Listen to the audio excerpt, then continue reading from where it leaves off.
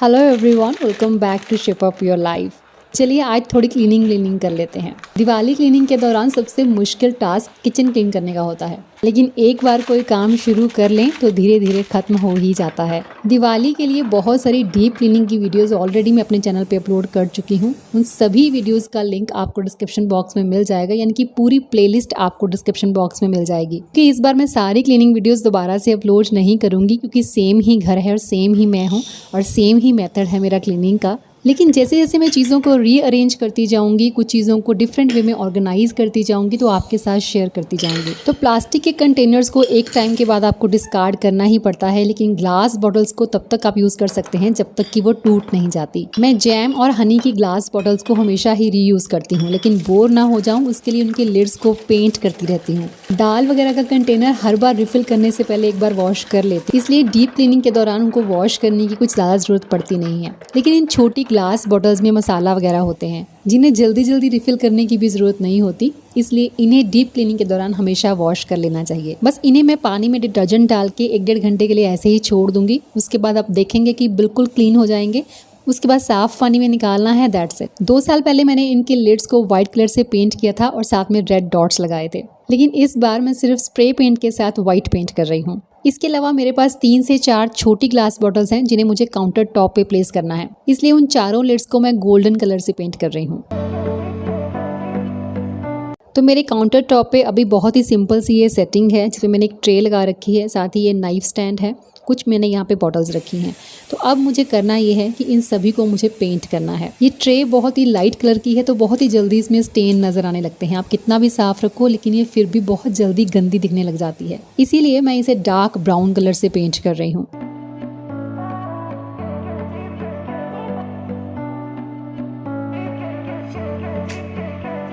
इसके अलावा ये जो नाइफ स्टैंड है ये बहुत ज़्यादा पुराना है, तकरीबन 15-16 साल पुराना ये नाइफ स्टैंड है। तो इसका भी कलर काफ़ी फेड हो चुका है, देखने में कुछ ज़्यादा अच्छा नहीं लगता। तो इसे भी मैं सेम ही कलर में पेंट कर रही हूँ। पुरानी चीज़ें अगर सही कंडीशन में हो तो उन्हें डिस्कार्ड कर देना उतना भी ईजी नहीं होता, और वो शायद उतना सही भी नहीं है। मेरा ये मानना है, अगर आपकी पुरानी चीज़ें सही से काम कर रही हैं और अगर आप थोड़ा सा एफर्ट करके उनकी नई लुक क्रिएट कर सकते हैं तो शायद वो ज़्यादा बढ़िया है। चीज़ें ज़रूरत के हिसाब से ही खरीदी जाएं तो पैसा और टाइम दोनों की बचत हो जाती है।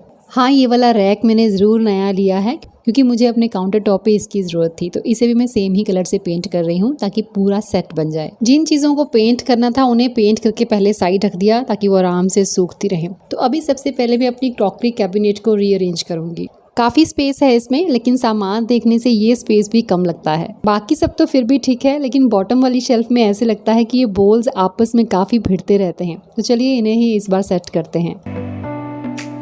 सारा सामान निकाल के बाहर रख दिया है, बस एक बार सारी शेल्फ्स को वाइप करेंगे और सामान को रीअरेंज कर देंगे। मेरी क्रॉकरी कैबिनेट में कोई भी ऐसी चीज़ नहीं है जो कि लंबे टाइम तक इस्तेमाल ना हो। सब कुछ इस्तेमाल होता है, और हर चीज़ क्योंकि इस्तेमाल होती रहती है तो साथ साथ वॉश होती रहती है। तो ऐसे सारे बर्तन निकाल के मुझे कभी भी इनको वॉश करने की ज़रूरत नहीं पड़ती।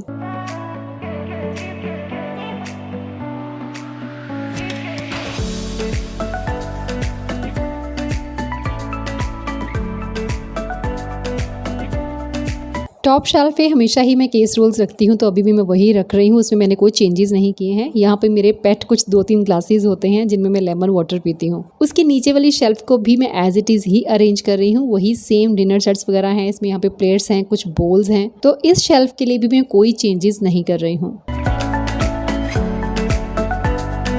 थोड़ा सा चेंज कर रही हूँ थर्ड शेल्फ के लिए। हमेशा से मैंने थर्ड शेल्फ पे ओनली ग्लासेस ही रखे हैं, लेकिन इस बार हम इस पे कप्स अरेंज करेंगे। और टी कप्स वगैरह रखने के लिए हमें ज़्यादा स्पेस मिल जाए, उसके लिए मैं एक पुराने चॉपिंग बोर्ड का इस्तेमाल कर रही हूँ। अमेज़ॉन पे आपको बहुत अच्छे अच्छे रैक्स भी मिल जाते हैं, वो लेना चाहें तो वो भी ले सकते हैं, लेकिन अगर कुछ जुगाड़ लगा सकते हैं तो जुगाड़ लगा लेना चाहिए। तो इस बोर्ड की चारों साइड्स को मैंने व्हाइट कलर से पेंट किया और इसे मैंने उन ग्लासेस पे रख दिया जो ज़्यादातर यूज़ नहीं होते हैं। इस तरह से हमें ज़्यादा स्पेस मिल गई कप्स को ऑर्गेनाइज करने में। लेकिन कभी कभी नीचे के कप ऊपर और ऊपर के कप नीचे कर लेने चाहिए, ताकि सभी बारी बारी यूज होते रहें। कप्स के साथ साथ इसी शेल्फ पे मैं कुछ सूप बोल भी रख रही हूँ और साथ ही सूप स्पून्स भी।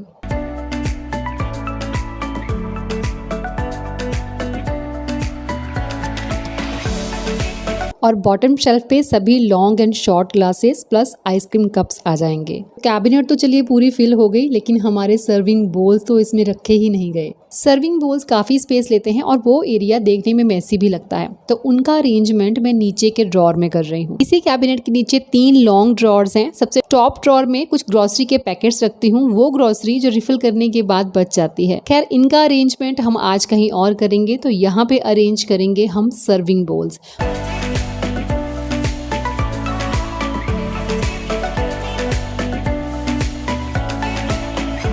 और बोल्स रखने से पहले मैंने इसमें नॉन स्लिपेबल शीट्स बिछा दी हैं।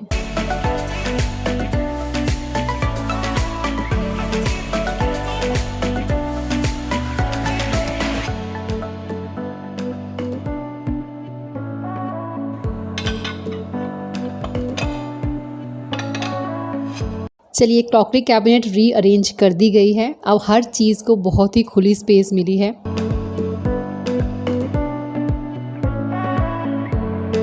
और ये मेरी किचन के 2 सबसे बड़े ड्रॉर्स हैं। ऑलमोस्ट सारी अपनी ग्रोसरी मैं यहीं पे अरेंज करती हूँ। इन दोनों ड्रॉर्स को क्लीन करने के बाद मैं इनमें एडहेसिव शीट लगा रही हूँ। इससे ये एरिया काफ़ी नीट एंड क्लीन दिखेगा।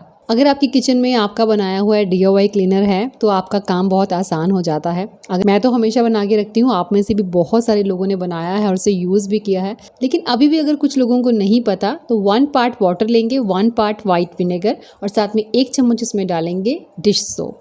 तो इन दोनों बड़े ड्रॉर्स में शीट्स लगा देने के बाद मैं नीचे के ड्रॉर में ऑलमोस्ट अपनी सारी ग्रोसरी के पैकेट्स रखूंगी। ऊपर के ड्रॉर्स में राइस और शुगर के कंटेनर आएंगे।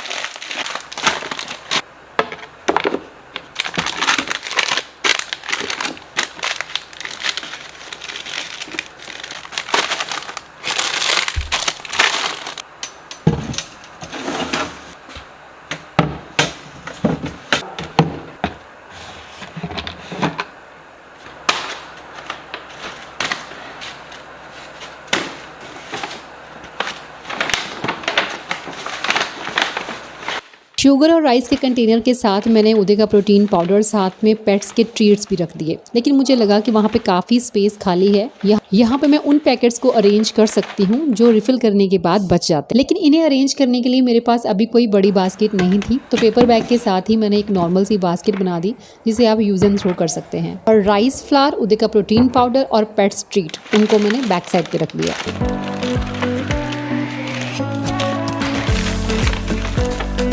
गार्बेज बैग्स को मैंने अलग अलग बास्केट्स के साथ ट्राई किया। बहुत बार इन्हें ऑर्गेनाइज करने की कोशिश की, लेकिन एक टाइम के बाद वो फिर से मेसी हो ही जाते हैं। लेकिन इस बार मुझे इसका फुल प्रूफ सोल्यूशन मिल गया है, तो मैं 3 वेज के साथ गार्बेज बैग को ऑर्गेनाइज कर रही हूँ। अगर आपके पास ऐसा कोई कॉफी मेट का बॉटल हो या कोई भी प्लास्टिक का बॉटल हो जिसकी लिड पे होल हो, तो इसमें आप गार्बेज बैग अरेंज कर सकते हैं, जिससे मेस बिल्कुल नहीं फैलेगा। एक एक पुल करते जाइए और निकालते जाइए। और अगर आपके पास ऐसा कोई भी बॉटल नहीं है जिसकी लिड पे होल हो, तो आप होल खुद बना सकते हैं। चाकू गरम कीजिए और वहाँ पे होल बना लीजिए।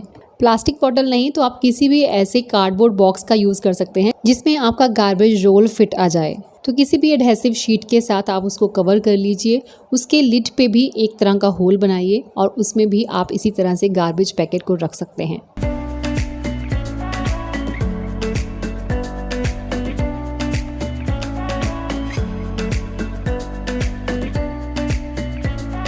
इन दोनों वेज के अलावा एक तीसरा वे भी है अपने गार्बेज बैग्स को ऑर्गेनाइज करने का। उसके लिए आपको एक कार्डबोर्ड का ही जूस बॉक्स चाहिए होगा जो रेक्टेंगुलर शेप में हो। उसे आपने इस तरह से काट लेना है जिस तरह की शेप आपको इस पिक्चर में नज़र आ रही है। तो बस इस तरह से काट लेने के बाद उसके बॉटम को थोड़ा सॉलिड बनाने के लिए उसमें अलग से एक कार्डबोर्ड लगा रही हूँ। उसके बाद इसको कवर कर देंगे। किचन के ड्रॉर्स में इस तरह की DIY चीज़ें रखी हुई अच्छी लगे, उसके लिए हम इनको कवर करते हैं। अदरवाइज अगर आप एक्स्ट्रा एफर्ट नहीं लगाना चाहते, इनको कवर नहीं करना चाहते, तो भी आप इनको एज इट इज़ यूज़ कर सकते हैं। और इस ऑर्गेनाइजर में आप लूज गार्बेज बैग्स को इस तरह से फोल्ड करके रख सकते हैं। जब भी आपको यूज़ करना हो तो बॉटम का गार्बेज बैग सबसे पहले निकालें। आप इस बॉक्स को डबल टेप के साथ अपनी किचन वॉल पे किसी एरिया में फिट भी कर सकते हैं, चाहे तो इसे ड्रॉर के अंदर भी रख सकते हैं। मैंने इन्हें एक ड्रॉर में ही अरेंज किया है। इसके साथ साथ इस ड्रॉर में और भी बहुत सारी आइटम्स हैं, जिसमें एक पैकेट क्लिप का बॉक्स है, साथ ही कुछ प्लास्टिक लिड्स हैं, इक्का दुक्का और ज़रूरत की चीज़ें।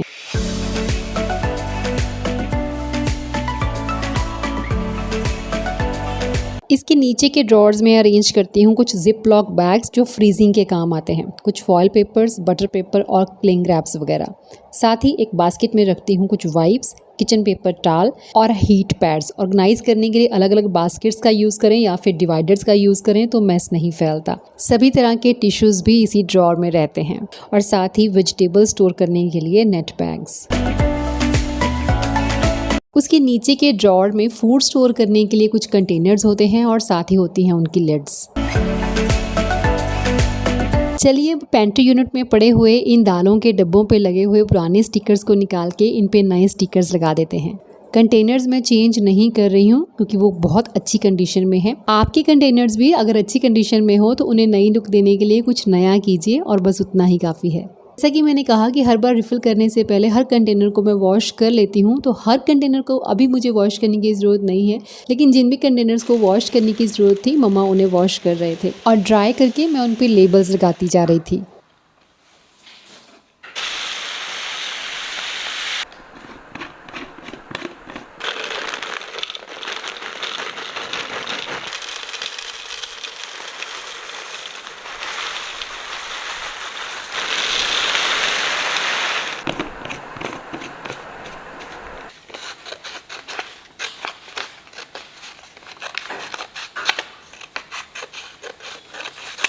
लास्ट ईयर मैंने व्हाइट कलर के स्टिकर्स रेडीमेड ही लिए थे जिनमें ऑलरेडी गम लगी हुई थी, लेकिन बाद में इन स्टिकर्स को निकालना काफ़ी मुश्किल था। इस बार मुझे ब्लैक कलर की स्लिप्स लगाने का मन था। अमेज़ॉन पे जो स्लिप्स मिल रही थी वो काफ़ी कॉस्टली पड़ेंगी, इसलिए मैंने उनका यूज़ नहीं किया। तो सिंपल A4 शीट्स जो आती हैं ब्लैक कलर में, मैंने वो परचेज़ कर ली। तो 5 रुपये की एक शीट पड़ती है। इस तरह के लेबल्स आपके लिए बहुत ही बजट फ्रेंडली साबित होते हैं। व्हाइट चॉक मार्कर का इस्तेमाल करके आप इन पर ईजिली लिख सकते हैं और सेलो टेप के साथ पेस्ट कर सकते हैं।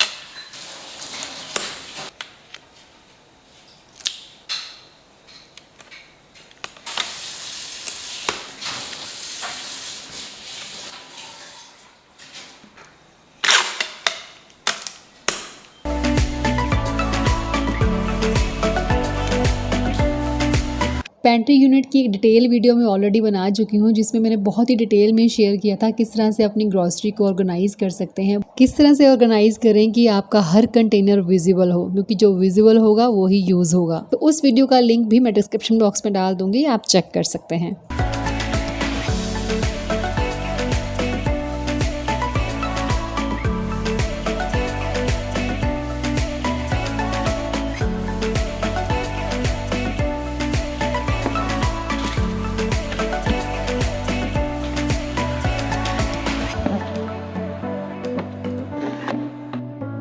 इस ड्रॉर में सारी ब्रेकफास्ट और स्नैक्स आइटम होती हैं, जैसे कि पोहा, दलिया, ओट्स, पास्ता, मुरमुरा, मखाना, बेसन, कुछ पॉपकॉर्न्स और कुछ बिस्किट्स वगैरह।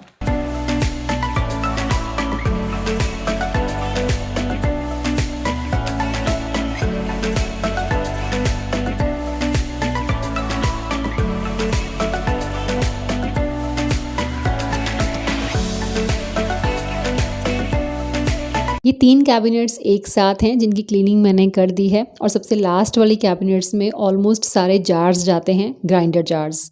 हैंड ग्राइंडर का इस्तेमाल मैं थोड़ा कम करती हूँ, इसलिए बास्केट में डाल के इसको ऊपर रख दिया है। फर्स्ट एड किट की वैसे किचन में कोई ज़रूरत नहीं होती, लेकिन कई बार हाथ वगैरह कट जाए तो भागना पड़ता है मुझे ऊपर के फ्लोर पे, क्योंकि पहले इसे वहीं रखा गया था, लेकिन अब इसे मैं किचन में ही रख रही हूँ। साथ ही सैनिटाइजर और डिटोल भी रख दिया है। नीचे की शेल्फ पे सारे ग्राइंडर जार्स और उनके लिड्स, और साथ में सैंडविच मेकर। सैंडविच मेकर की बजाय ग्रिल पैन पे सैंडविच बनाना मुझे ज़्यादा अच्छा लगता है।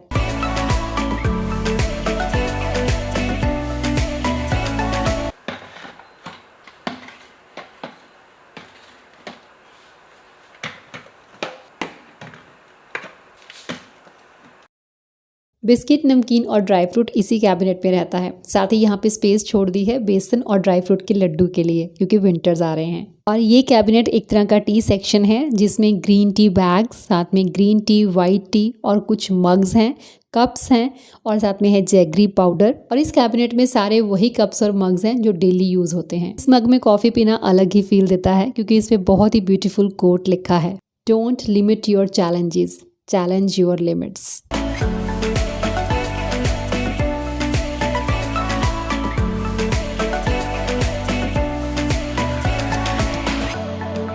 और इसके ठीक नीचे स्टोव के पास यहाँ पे मैं ऑर्गेनाइज कर रही हूँ ये रैक और साथ में वो ट्रे।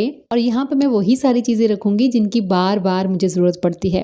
हर छोटी से छोटी चीज़ के लिए पेंट्री यूनिट या फिर ड्रॉर कैबिनेट को खोलना मुझे काफ़ी झंझट लगता है, इसलिए जितनी ये चीज़ें हैंडी रहेंगी उतना ही काम ईजी और जल्दी हो जाएगा। तो इस तरह से मैंने किचन की काफ़ी आइटम्स को रीअरेंज कर दिया है। किचन की फुल क्लीनिंग वीडियो के लिए आप प्लेलिस्ट चेक कर सकते हैं, लिंक मैंने डिस्क्रिप्शन बॉक्स में डाल दिया है।